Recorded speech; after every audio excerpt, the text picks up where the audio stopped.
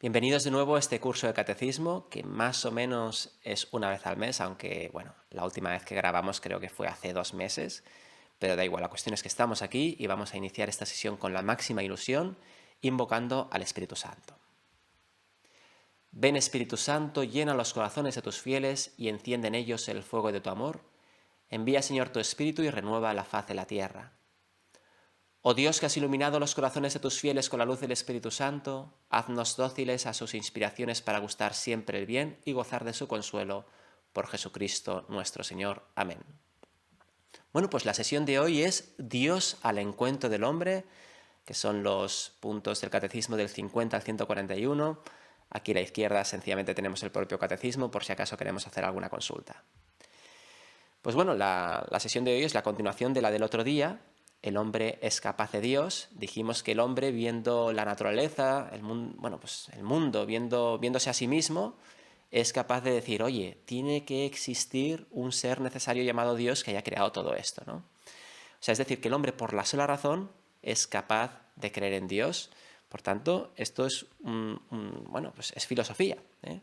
La filosofía en ningún momento toma la Sagrada Escritura como referencia, ¿no?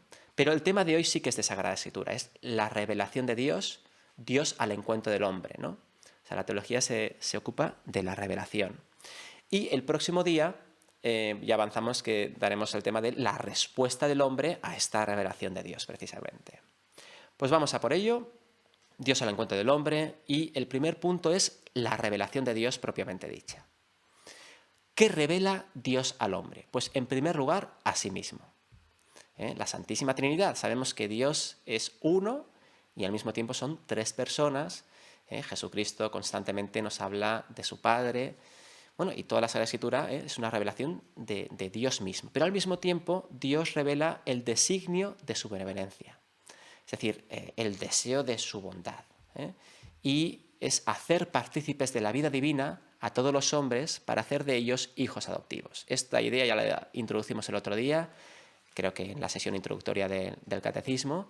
Es decir, que Dios no solo nos invita a que pasemos pues un ratito por esta vida, ¿no? Y ya está, sino que lo que quiere es, no, quiero que viváis eternamente conmigo en el cielo y que además seáis de mi propia sangre, quiero que seáis hijos míos. Eso es muy bonito, ¿no? Estamos destinados a vivir eternamente felices con Dios y ya somos hijos de Dios por el bautismo.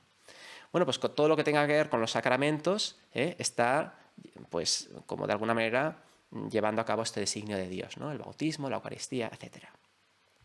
Vamos a ver estas etapas de la revelación, que son escalonadas, es decir, es una revelación progresiva. En primer lugar, Adán y Eva, ¿no? Dios se da a conocer a Adán y Eva, los crea. Adán y Eva, ya sabéis, el pecado original, no lo vamos a explicar hoy, para eso tenemos el curso de Biblia, pero la cuestión es que ya después del pecado original se promete, como de alguna manera, resolver ese nudo, ¿no? Lejanamente se promete, pero la cuestión es que se nos dice que habrá una salvación, de alguna manera, ¿no? Después de Adán y Eva, el pecado se transmite de padres a hijos y se estropea todo una barbaridad. Todo tal como Dios lo había creado se ha estropeado por esa mala elección de la libertad, ¿no? El hombre escoge mal y hay mucho pecado, hasta el punto de que tiene que haber un diluvio universal que haga que haya un antes y un después, ¿no? Como diciendo, oye, vamos a volver a empezar, ¿no? Entonces, en este diluvio universal interviene la figura de Noé, que hace un poquito de enlace entre Dios y los hombres. Entonces, a partir de Noé se establece un pacto de Dios con toda la creación, incluidos los animales. La famosa arca de Noé, también entran los animales ahí, ¿no? Ya sé que la Biblia lo explica ahí pues, de una manera pues, simbólica y todo eso, pero explica una verdad y es que hubo algo que marcará un antes y un después en esa relación de Dios con la humanidad, ¿no? Después de Noé viene Abraham. Con Abraham nace el concepto ya propiamente de alianza, pero una alianza ya con un pueblo concreto, que será el pueblo de Israel. Acordaos que Abraham tiene un hijo, hay que ver el curso bíblico, Abraham tiene un hijo que se llama Isaac, son los patriarcas estos. Isaac tiene un hijo que se llama Jacob, y Jacob, en un momento dado, es llamado por Dios Israel. De aquí nacen las 12 tribus. Bueno, este es el pueblo de Israel, pero Dios le promete a Abraham una tierra y una gran descendencia. Después vemos Moisés. Con Moisés está el tema de la ley, que de alguna manera pues concreta esta alianza que Dios había establecido. Dios promete al pueblo protección, pero a cambio de que cumplan su ley, ¿no? Que al mismo tiempo esa ley da la libertad al hombre y por tanto el hombre puede ser feliz gracias al cumplimiento de esa ley, ¿no? Después están los profetas, que hay muchísimos, que se encargan por una parte de amonestar a los reyes que lo estaban haciendo mal, o a los reyes de Israel, ¿no? Pero al mismo tiempo se encargan de anunciar al culmen de la revelación, que es Jesucristo. Jesucristo, mediador y plenitud de la revelación. Lo que no se esperaban todos los del Antiguo Testamento es que Jesucristo fuera, o sea, el Mesías esperado, fuera además el Hijo de Dios hecho carne. Como podemos ver, esta revelación es gradual, poco a poco, no se nos da a conocer de repente ya a Jesucristo, sino que hemos tenido que pasar por todas estas fases, y al mismo tiempo consiste en una revelación en acciones y palabras. No solo vemos acontecimientos, sino vemos palabras que acompañan o explican estas acciones, estos acontecimientos históricos de la revelación. Bueno, no habrá otra revelación. Esto nos lo dice el punto 66 y 67 del Catecismo. Sin embargo, hay que decir dos cosas. Dice, aunque la revelación esté acabada, no está completamente explicitada. El magisterio de la Iglesia se encargará de hacerlo a la luz del Espíritu Santo. O sea, por eso los 2000 años de magisterio, por ejemplo, los dogmas de fe, ¿no? Pues que la Virgen María es pues, Inmaculada Concepción, ¿no? Pues, o yo qué sé, muchas cosas que se dicen a lo largo de... Bueno, el credo mismo está lleno de dogmas, ¿no? Pues hay muchas cosas que están dentro de la Sagrada Escritura, pero se tienen que explicitar, pero ojo, a la luz del Espíritu Santo. Pero también pueden haber revelaciones privadas. Su función no es la de mejorar o completar la revelación, sino ayudar a vivirla. Por ejemplo, las revelaciones de Lourdes, la aparición de pues la Virgen María a Bernadette, o las apariciones de Fátima, digo dos que están reconocidas por la Iglesia. O sea, es posible eso, claro que sí. Y eso no nos va a decir nunca nada nuevo sobre la fe, o va a cambiar algo sustancial. No nos van a decir que la Trinidad ahora son 4 personas. No, para nada. Nos van a ayudar a vivir mejor esos misterios, a vivir mejor la fe, a rezar más. Siempre va a sumar a la revelación que ya se estableció con Jesucristo como definitiva. Seguimos. Bueno, hemos dado este punto de la revelación de Dios, vamos al siguiente punto de la transmisión precisamente de esta revelación, ¿no? Actualmente conocemos pues, Internet, la televisión, vamos a ver cómo lo hacían en aquella época. Hace muchísimo tiempo, ¿no? La transmisión del Evangelio se hizo de dos maneras. Oral, es la tradición apostólica, los apóstoles cuando escuchaban a Jesús no iban escribiendo como si fueran periodistas, ¿no? Pues cuando murió Jesús y resucitó, pues ellos oralmente transmitían aquello que habían aprendido de Jesucristo, o aquello que, pues no solo las palabras de Jesús, sino también las acciones que habían visto de Jesús. Ya sabéis que la revelación son acciones y palabras, ¿no? Pues las transmitieron de unos a otros oralmente. Y al cabo de un tiempo, pasaron años, esta transmisión oral fue ya puesta por escrito, y al cabo de otros muchos años se estableció un canon para decir que qué escritos eran inspirados por Dios y qué escritos pues no se consideran dentro del canon, ¿no? Y es lo que conocemos como la Sagrada Escritura. Bueno, pues al conjunto de estas dos cosas, esa tradición oral y esa tradición escrita, esto es la palabra de Dios, ¿vale? La palabra de Dios, siempre que hablamos de la palabra de Dios, pues hacemos un poquito de referencia a esto, pero también se está refiriendo a esta tradición oral de los apóstoles, que insisto, que pasaron unos cuantos años y por tanto tiene muchísima importancia, ya que la Sagrada Escritura bebe de esta tradición. Bueno, pues será el magisterio de la Iglesia la que le corresponda el interpretar esta palabra de Dios tanto oral como escrita, ¿vale? Pues el magisterio de la Iglesia tanto en ese momento como a lo largo de los 2000 años de historia. El magisterio no está por encima de la palabra de Dios, sino a su servicio. Esto hay que dejarlo claro, ¿vale? Porque muchas veces el debate, ¿no?, de Biblia o... No, o sea, evidentemente la palabra de Dios, con Jesucristo ahí revelándose a sí mismo, pues es lo más, ¿no? Pero el magisterio pues sirve a esa palabra de Dios y nos lo explica mejor, ¿no? Por ejemplo, cuando hay una Biblia que tiene notas al pie, ¿no? Bueno, pues eso también nos ayuda a entender mejor la Biblia, ¿no? O sea, es una Biblia, la lees y ya está. Pues es posible que haya cosas que te pierdas, ¿no? Pues el magisterio de la Iglesia a lo largo de muchísimo tiempo nos explica la revelación. El magisterio ejerce plenamente la autoridad que tiene de Cristo cuando define dogmas, ¿eh? El famoso tema de los dogmas. Los dogmas siempre son cosas relacionadas con la fe, dogmas de fe. Por ejemplo, si los sacerdotes se pueden casar o no se pueden casar, eso nunca será materia de dogma de fe, no es cosa, o sea, no, es otro tema, es otro tipo de cosas, ¿no? O si, yo qué sé, podemos hacer tal o cual cosa en cuestiones de moral, tampoco son cuestiones de dogmas, ¿no? Solo los dogmas se refiere a la fe, ¿no? Pues dogma de fe, que es, por ejemplo, Dios es uno y trino, eso es un dogma de fe, o que existe el cielo, el purgatorio, el infierno, etcétera, ¿no? Son cosas de fe, ¿no? Que yo creo, ¿no? Y esas cosas son inmutables. Una vez que la Iglesia establece un dogma de fe, que ya estaba implícito en la Sagrada Escritura, ya eso no se puede cambiar. Eso va a misa, ¿no? Bueno, pues seguimos. Bueno, vamos a por la tercera parte. Una vez que hemos visto que esta transmisión es oral y escrita, vamos a por la Sagrada Escritura propiamente dicha, a esta tradición escrita concretamente, ¿no? A esta revelación escrita. En el punto 101 dice, la palabra de Dios expresada en lenguas humanas se hace semejante al lenguaje humano, como la palabra, fijaros que lo pongo en mayúscula aquí y aquí en minúscula, como la palabra del Eterno Padre. Asumiendo nuestra débil condición humana, se hizo semejante a los hombres.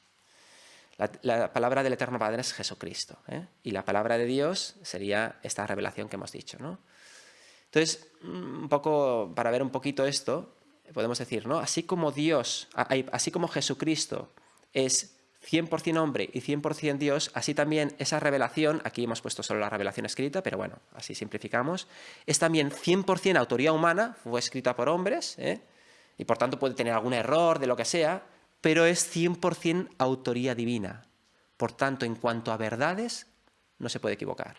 Se puede equivocar en cuanto a que me he equivocado de pueblo, que me he equivocado, que he repetido una... Pero lo que es la verdad, que es lo que me interesa, o sea, el que explique la verdad, eso no hay error, ¿no? A través de todas las palabras de la Sagrada Escritura, Dios dice una sola palabra, su verbo único. Voy poniendo en azul a Jesucristo, ¿no? O sea, lo digo porque son maneras de expresarse para que suenen un poco, ¿no? Cuando hablamos de la palabra en mayúscula del Eterno Padre, es Jesucristo. Cuando hablamos de su verbo único, en mayúscula verbo, es Jesucristo. Cuando hablamos de la palabra de Dios en mayúscula, es Jesucristo. La palabra de Dios en minúscula es la Biblia, etc., ¿no? Y dice aquí, la Iglesia ha venerado siempre las divinas escrituras como venera también el cuerpo del Señor, ¿eh? El otro día, por ejemplo, teníamos aquí una misa solemne, porque era Santa Inés, y entonces me tocó leer el Evangelio, y como era una misa solemne, pues incensé la palabra de Dios, porque hay una presencia de Cristo ahí. Igual que hay una presencia de Cristo en el altar o en el sacerdote, incluso en el propio pueblo, también hay una presencia de Cristo en la palabra de Dios, ¿no? Etcétera. Punto 106, bueno, voy rápido, dice, Dios ha inspirado a los autores humanos de los libros sagrados. De este modo, obrando Dios en ellos y por ellos como verdaderos autores, pusieron por escrito todo y solo lo que Dios quería, ¿vale? Me interesa mucho esto, ¿no? O sea, ¿por qué la Biblia a veces pues dice una serie de cosas y deja de decir otras que me hubiera gustado saber más de la infancia de Jesús o de la vida o cuando Jesús era carpintero? Bueno, no es igual. Se nos ha revelado solo lo que Dios quería para nuestra salvación y al mismo tiempo todo y solo lo que Dios quería, ¿vale? Incluso con esos errores a veces de los propios escritores, que en la Biblia puede haber alguna contradicción en cuanto a, pues, por lo que sea, ¿no? Pues sí, también así. Dios ha querido que también fuera escrito así. O sea, no, la Biblia no ha sido un libro que ha bajado del cielo de repente, tengo aquí la Sagrada Escritura, vamos a leerla. No. Dios ha servido de diferentes estilos literarios para escribir eso, con diferentes épocas, diferentes autores. Es un pupurrí y Dios ha querido que fuera así. Y me parece muy bonito que sea así, ¿no? Los libros sagrados enseñan sólidamente, fielmente y sin error la verdad que Dios hizo consignar en dichos libros para la salvación, para nuestra salvación, ¿no? Lo que hemos dicho antes, ¿no? Si realmente es autoría divina, es que está explicando la verdad. Incluso con algunos errores humanos en la escritura, ¿no? Da igual, pero nos explica la verdad porque el autor es Dios. Y la última cosa dice, sin embargo, la fe cristiana no es una religión del libro. El cristianismo es la religión de la palabra de Dios. Si fuera la religión del libro, nos llamaríamos los sería el biblianismo. Bueno, no sé, es un ejemplo tonto, ¿no? Pero no, es el cristianismo. Somos los seguidores de Cristo y está la palabra de Dios para conocer a Jesucristo. Pero el centro es Jesucristo. Dios se revela sobre todo a sí mismo. Criterios para una interpretación de la Biblia conforme al espíritu que la inspiró. Bueno, aquí hay que decir varias cosas. Una, tener en cuenta la unidad de la Sagrada Escritura, ¿vale? O sea, muchas veces si uno toma solo un pasaje y se olvida de otro, pues queda un poco incompleto. Yo siempre pongo el mismo ejemplo, ¿no? San Pablo, cuando habla de la fe, dice, la fe es lo más importante, ¿no? La gracia de Dios. Y durante sus cartas, en muchas de sus cartas nos insiste en esta idea, ¿no? La fe, ¿no? La gracia de Dios. Pero claro, si uno lo lleva hasta el extremo, dice, bueno, pues no hay que hacer nada, ¿no? O sea, las obras no sirven para nada, ¿no? No, pues sí, las obras sí que sirven, ¿no? La carta de Santiago nos dirá que una fe sin obras es una fe muerta, ¿eh? Y Santiago se encarga de subrayar sobre todo las obras, ¿no? Que no nos apalanquemos, digamos, ¿no? Con solo la fe, ¿no? O sea, como creo en Dios, ya voy al cielo directamente porque creo en Dios. No. O sea, fe y obras. Hay que leer la Biblia entera, ¿no? Después leer la Biblia en la tradición viva de la Iglesia. La Biblia, por eso nos va muy bien que también la Biblia esté comentada. Y después estar atento a esa analogía de la fe, ¿no? O sea, que todo está... todas las verdades están como relacionadas, un poquito también relacionada con el tema de la unidad de la Sagrada Escritura, ¿no? Después aquí hay un tema, dice, el sentido de la Sagrada Escritura. Hay un sentido literal. El sentido literal es cuando la Biblia dice lo que quería decir, o sea, es tal cual, ha pasado exactamente eso, ¿no? Por ejemplo, todos los que son los milagros de Jesús son literales, nosotros los creemos literalmente. Pero hay otras cosas que tienen un sentido espiritual. Por ejemplo, el sentido alegórico, ¿no?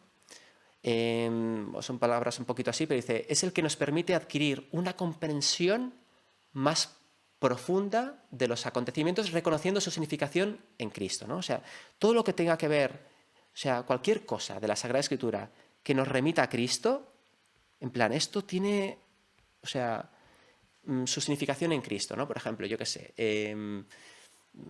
el paso del Mar Rojo, ¿no? El paso del Mar Rojo es un ejemplo que pone el propio Catecismo, es un signo de la victoria de Cristo, ¿vale? Y por ella del bautismo, ¿no? Bueno, pues una cosa del Antiguo Testamento nos ha llevado a mencionar a Jesucristo, bueno, pues eso es una alegoría, ¿no? Después, el sentido moral, ¿no? Cualquier cosa que podamos decir, ¿no? Sobre todo en las homilías se dice mucho, ¿no? Bueno, pues esto también se puede aplicar a nuestra vida, ¿no? ¿Y cómo? Pues yo qué sé, por ejemplo, Antiguo Testamento, ¿no? Cuando Abraham y Lot se tienen que separar y Abraham le dice a Lot, oye, escoge tú la zona de la tierra que quieras, la más fértil si quieres, y yo me voy a la que tú no escojas, ¿no? Después Lot se equivoca y escoge la peor, pobre, pero la cuestión es que Adán le cede al otro la mejor parte. Bueno, pues así nosotros también debemos hacer con nuestros hermanos, ¿no? Sentarnos o sea, ceder el sitio a los otros en la mesa, etcétera, ¿no?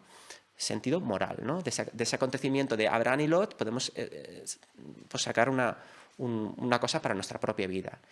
Y después viene aquí el sentido anagógico, lo he escrito bien, ¿eh? Dice, es aquel por el cual podemos ver realidades y acontecimientos en su significación eterna, ¿no? O sea, si alguna cosa aquí está relacionada, aquí decíamos con Cristo, y aquí con su significación aquí sería para la patria celestial. Voy a poner patria celestial porque anagoge en griego significa patria celestial, celeste, ¿vale? El catecismo pone el ejemplo que dice, la Iglesia en la tierra es signo de la Jerusalén celeste, ¿no? O sea, todo lo que tenga que ver con relacionarlo con la vida eterna, en el Evangelio constantemente, ¿vale? Pues eso es un sentido anagógico de aquel acontecimiento. Bueno, aquí tenemos también el canon del Antiguo Testamento, son 46 libros, esto ya en el curso de Biblia lo dimos bastante, simplemente que lo sepáis. Que sepáis que los judíos tienen menos libros y también los protestantes, pero insisto, esto lo expliqué en el curso de Biblia, y los cristianos católicos tienen más libros, ¿vale? Tienen 46. Son todos estos de aquí. Y después el Nuevo Testamento son 27 libros. Bueno, tampoco voy a explicar más que eso, simplemente como lo ponía el catecismo lo he puesto aquí. Y por último, esta idea, ¿no? Que nos sirve tanto, ¿no? El Antiguo Testamento se queda incompleto si no está el Nuevo ahí, ¿no? O sea, si uno se lee el Antiguo Testamento, queda, bueno, estamos esperando un Mesías y no viene. No, pues solo se entiende el Antiguo Testamento cuando después viene el Nuevo, con Jesucristo, la revelación definitiva de Dios. Y al mismo tiempo, el Nuevo también necesita del Antiguo para entender muchas cosas, ¿no? O sea, si uno se lee el Nuevo y no sabe nada del Antiguo, pues todo el tema de los sacrificios y tal, pues, o por ejemplo el mismo concepto de Cordero de Dios no se entiende del todo si uno no sabe cuáles son los rituales del Antiguo Testamento, ¿no? Etcétera. Bueno, pues yo creo que hemos acabado la sesión de hoy y como os decía, esto ya lo hemos dado, esto ya lo hemos dado y el próximo día daremos ya la respuesta del hombre a Dios. Dios se ha revelado y a ver cómo responde el hombre a través de esa fe que al mismo tiempo, sobre todo es un don de Dios, es gracia de Dios, pero también interviene la libertad del hombre. Uno si quiere, pues no cree en Dios, ¿no? Pues esperemos que os haya gustado este capítulo. Voy a ver que estoy haciendo un poquito de lío aquí. Exactamente, ya estamos aquí. Esperemos que os haya gustado y os doy la bendición de Dios Todopoderoso, Padre, Hijo y Espíritu Santo. Nos veremos, espero que en menos de un mes esta vez. Que Dios os bendiga.